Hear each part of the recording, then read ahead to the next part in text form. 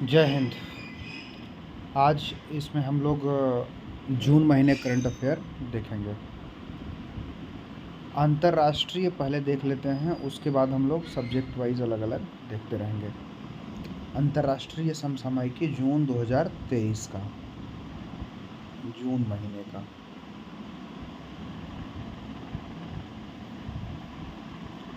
Global peace index जारी हुआ है 2023 का। इसको जारी करता है Institute for Economics and Peace. और सबसे फर्स्ट पोजीशन इसमें आयरलैंड को मिला है और भारत की पोजीशन 126वीं है। इसमें कुल 163 देश शामिल हुए हैं। ग्लोबल जेंडर गैप इंडेक्स जो है 2023 का, ये वर्ल्ड इकोनॉमिक फोरम जारी करता है। इसमें भी फर्स्ट पोजीशन आयरलैंड का है और भारत इसमें 0.643 स्कोर के साथ 127वें स्थान पे है। अब उसमें भारत का कौन सा स्थान था, देखिए 126वां स्थान था वर्ल्ड ग्लोबल पीस इंडेक्स में। और ग्लोबल जेंडर गैप इंडेक्स में भारत का 127वां स्थान है। और इसमें 4 पिलर्स हैं, उस पर दिया जाता है। तो पहला पिलर शिक्षा का अवसर, स्वास्थ्य, आर्थिक भागीदारी, इकोनॉमिक पार्टिसिपेशन, फिर राजनीतिक सशक्तिकरण, पॉलिटिकल एम्पावरमेंट। खुले समुद्र में समुद्री जीवों की सुरक्षा के लिए संयुक्त राष्ट्र संधि पर सहमति हुई है। अब इसके कुछ बिंदु देख लेते हैं। यूएन द्वारा अपनाई गई इस तरह की पहली संधि है ये। 193 देशों द्वारा मंजूरी मिली है इसे। इस संधि के तहत 2030 तक विश्व में 30% महासागरों को संरक्षित किया जाएगा। मतलब 2030 तक 30% महासागरों को संरक्षित कर दिया जाएगा। इस संधि के तहत समुद्री जीवन के संरक्षण के प्रबंधन एवं उच्च समुद्रों के समुद्री संरक्षित क्षेत्रों के निर्माण के लिए जिम्मेदार एक शासी निकाय की स्थापना की जाएगी। इसके अलावा समुद्री जीवों में आयोजित वाणिज्यिक जो कमर्शियल एक्टिविटीज़ होती हैं के लिए पर्यावरणीय प्रभाव आकलन करने के लिए दिशा निर्देश जारी किया जाएगा। जो एनवायरनमेंट पे उसका इम्पैक्ट पड़ता है, जो वहाँ पे कमर्शियल ट्रेडिंग होती है, उसके लिए भी एक गाइडलाइन जारी की जाएगी। परमाणु स्वतंत्रता संयंत्र स्थापित करने के लिए पाकिस्तान व चीन के साथ समझौता होगा। पाकिस्तान का चीन के साथ समझौता, ये बहुत महत्वपूर्ण है परमाणु ऊर्जा संयंत्र के लिए। पाक और चाइना के बीच में हो रहा है। किसके बीच में हो रहा है? पाक और चीन के बीच में। 1200 मेगावाट के परमाणु संयंत्र हेतु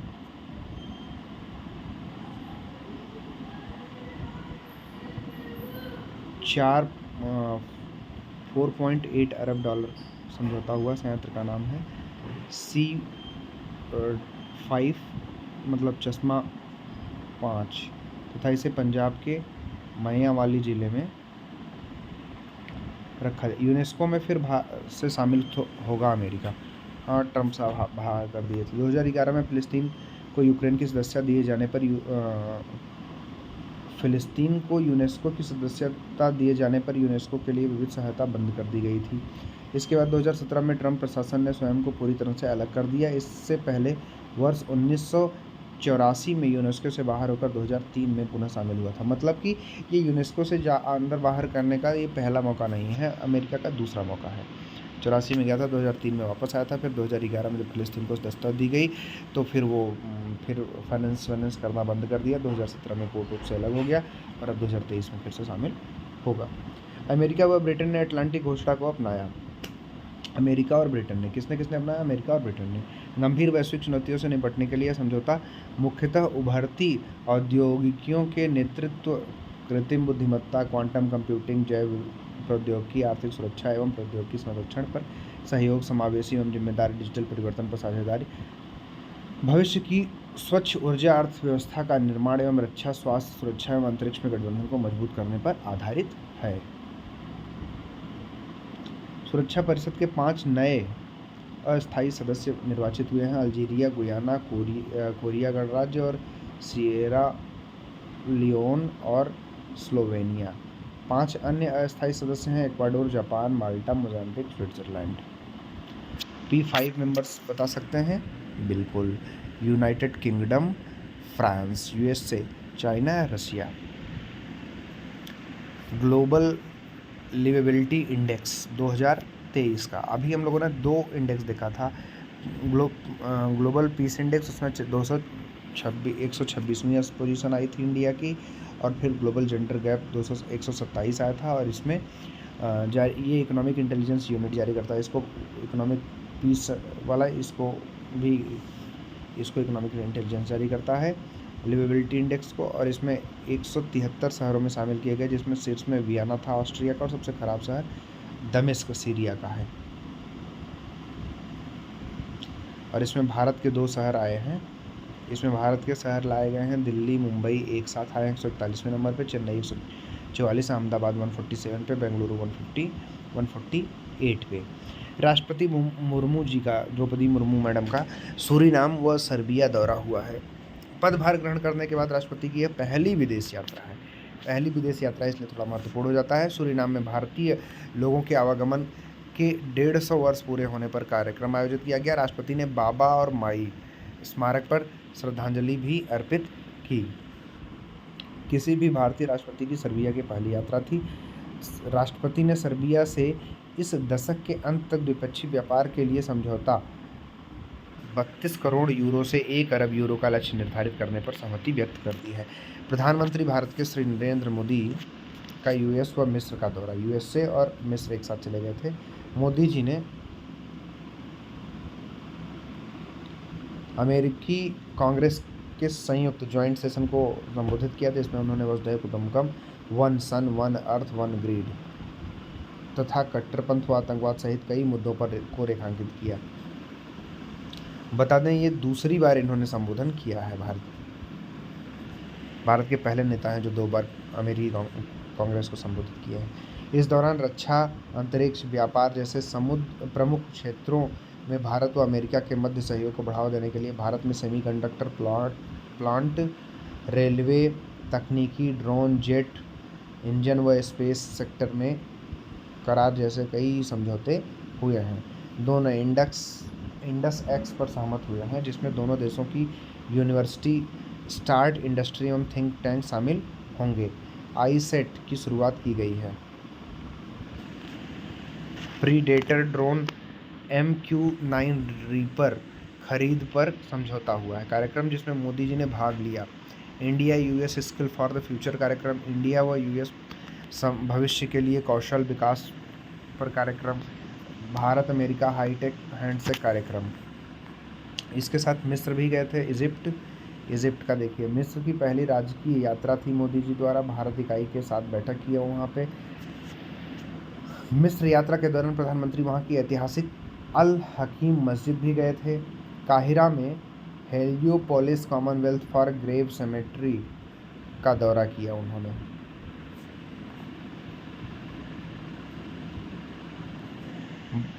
अभी याद हो तो 26 जनवरी को 2023 में जो चीफ गेस्ट थे वो इजिप्ट के राष्ट्रपति जी ही थे, भारत के गणतंत्र दिवस पे चीफ गेस्ट। ऊर्जा संक्रमण सूचकांक जारी करता विश्व आर्थिक मंच करता है स्वीडन, भारत की पोजीशन 67। इसके पहले पीस वाले में भारत की 126वीं थी, और जेंडर गैप में 127 थी, 126 पीस में, 127 उसमें, और ऊर्जा संक्रमण में 67। बहुत अच्छी पोजीशन है ऊर्जा में, भारत अच्छा काम कर रहा है। 17वें भारतीय सहकारिता कांग्रेस का सब्जेक्ट क्या था, थीम क्या था, विषय क्या था? अमृतकाल, सशक्त भारत के लिए सहकारिता से खुशहाली। प्रधानमंत्री मोदी ने जो बाइडेन को फेबर और फेबर लिमिटेड द्वारा प्रकाशित की पुस्तक के प्रथम संस्करण की प्रति भेंट की। द 10 प्रिंसिपल ऑफ उपनिषद की प्रति भेंट की थी। औरंगजेब लेन का नाम बदलकर doctor APJ Abdul Kalam road कर दिया गया है। और हेमिस महोत्सव लद्दाख में मनाया जाता है। इसी के साथ ये इंटरनेशनल करंट अफेयर समाप्त होता है। अब हम लोग राष्ट्रीय समसामयिकी की तरफ बढ़ते हैं, नेशनल न्यूज़ की तरफ, जो जून महीने की है। समेकित सिमुलेटर परिसर ध्रुव का उद्घाटन कोच्चि में के दक्षिण नौसेना कमान ने किया। उद्देश्य उसका है भारतीय नौसेना कार्मिकों के व्यवहारिक प्रशिक्षण को बढ़ाने के लिए। इसका उपयोग मिस्र देशों के कार्मिकों के प्रशिक्षण के लिए भी किया जाएगा। भारत निर्वाचन आयोग ने प्रकाशित असम के लिए परिसीमन प्रस्ताव का मसौदा पेश कर दिया है और जनप्रतिनिधित्व अधिनियम 1950 की धारा 8A के तहत इसको किया गया है और पिछला परिसीमन 1969 में असम में किया गया, 1976 में गया था। और परिसीमन आयोग कैसे गठित किया जाता है? ये आर्टिकल भारत के संविधान के आर्टिकल 82 तथा 170 में इसका उल्लेख किया हुआ है।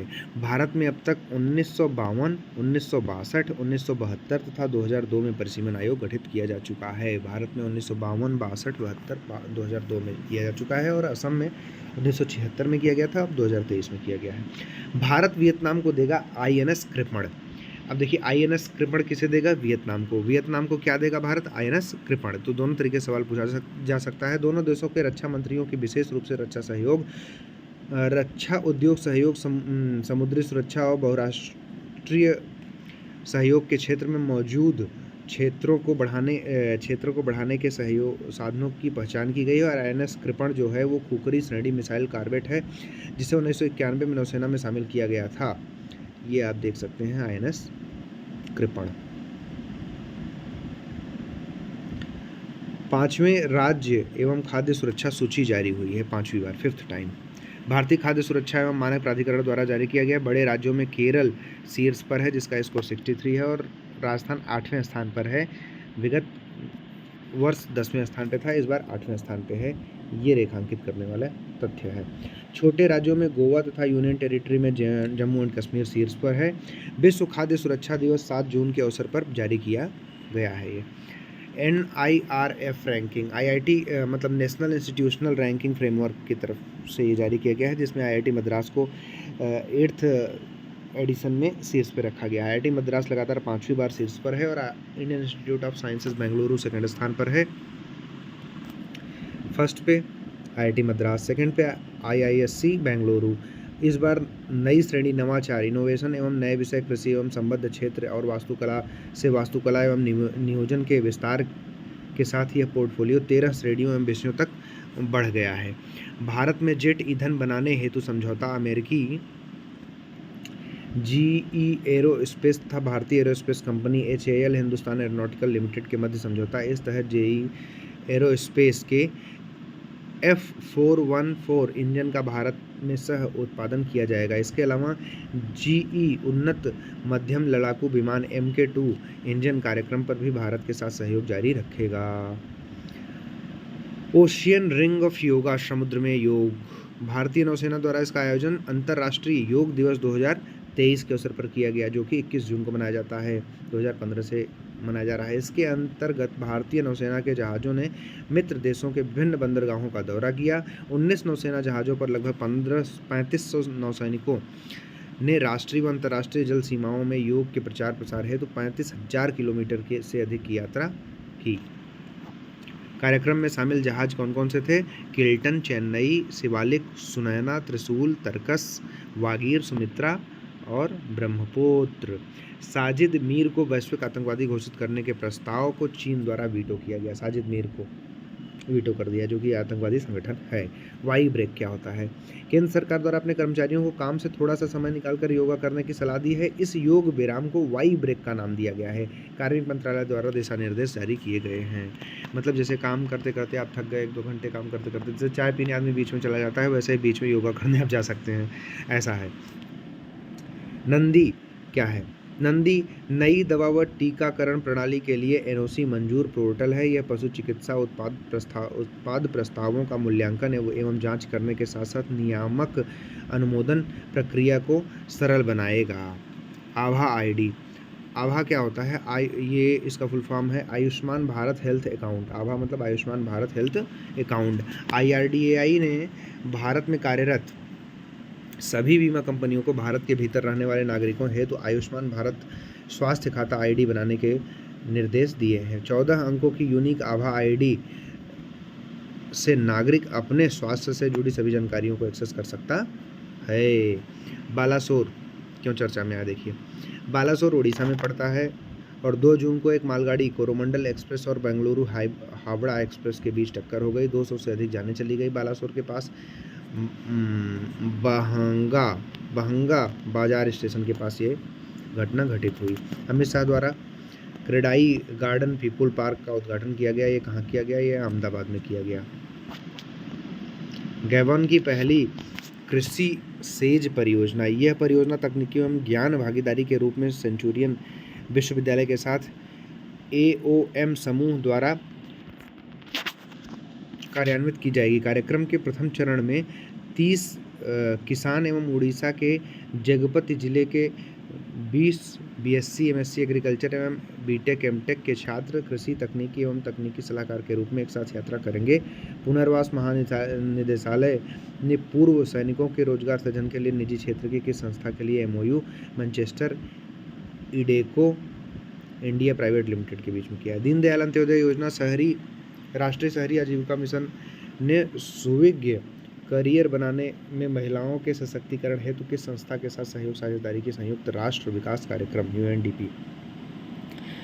G20 के अंतर्गत शिक्षा एवं कार्य समूह की चौथी बैठक पुणे में हुई है। G20 के अंतर्गत L20 लेबर 20 की बैठक पटना बिहार में की गई। G20 के अंतर्गत पर्यटन एवं कार्य समूह की चौथी बैठक गोवा में की गई। भारत विरोधी कंटेंट बनाने के लिए 150 से अधिक वेबसाइटों और यूट्यूब न्यूज़ चैनलों पर किस अधिनियम के तहत रोक लगाई गई है? IT एक्ट की धारा 69A सूचना एवं प्रसारण मंत्रालय द्वारा किया गया। विश्व का सबसे बड़ा मंदिर विराट रामायण मंदिर कहाँ बनाया जा रहा है? ये कैथवालिया पूर्वी चंपारण में बनाया जा रहा है। रामायण मंदिर कहाँ बनाया जा रहा है? पूर्वी चंपारण में। असम में पानी के नीचे पहली सुरंग कौन से 2 स्थानों के मध्य होगी?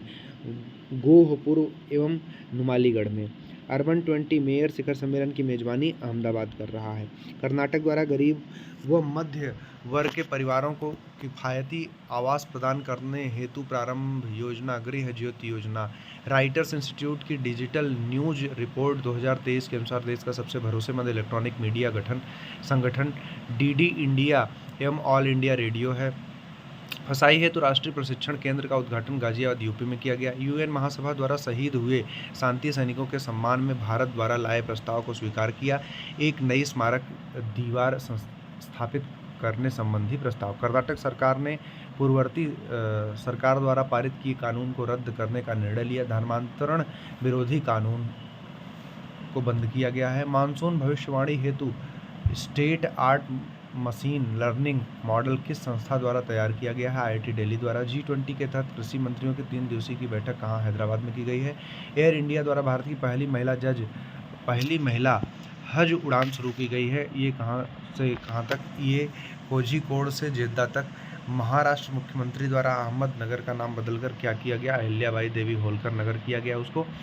देश में पहली बार शेरों की कैप्टिव ब्रीडिंग कहाँ की जाएगी? वन विहार भोपाल में। अमित शाह ने बलिदान स्तंभ के निर्माण का उद्घाटन कहाँ किया? श्रीनगर में। टाइम मैगजीन की 100 सर्वाधिक प्रभावशाली कंपनियों की सूची में भारत की कौन सी कंपनी शामिल है? ये NPCI एवं फैशन प्रोडक्शन से जुड़ी कंपनी मीशो है। भारत ने किसके साथ आपराधिक मामलों में प्रस्तावित कानूनी सहायता संधि पर हस्ताक्षर किए? बेल्जियम। भारत ने हाल ही में आर्टेमिस अकॉर्ड में शामिल होने का निर्णय लिया। यह किससे संबंधित है? अंतरिक्ष अन्वेषण से संबंधित है। अब इसके बाद हम लोग अगले को नेक्स्ट में करते हैं। Thank you so much.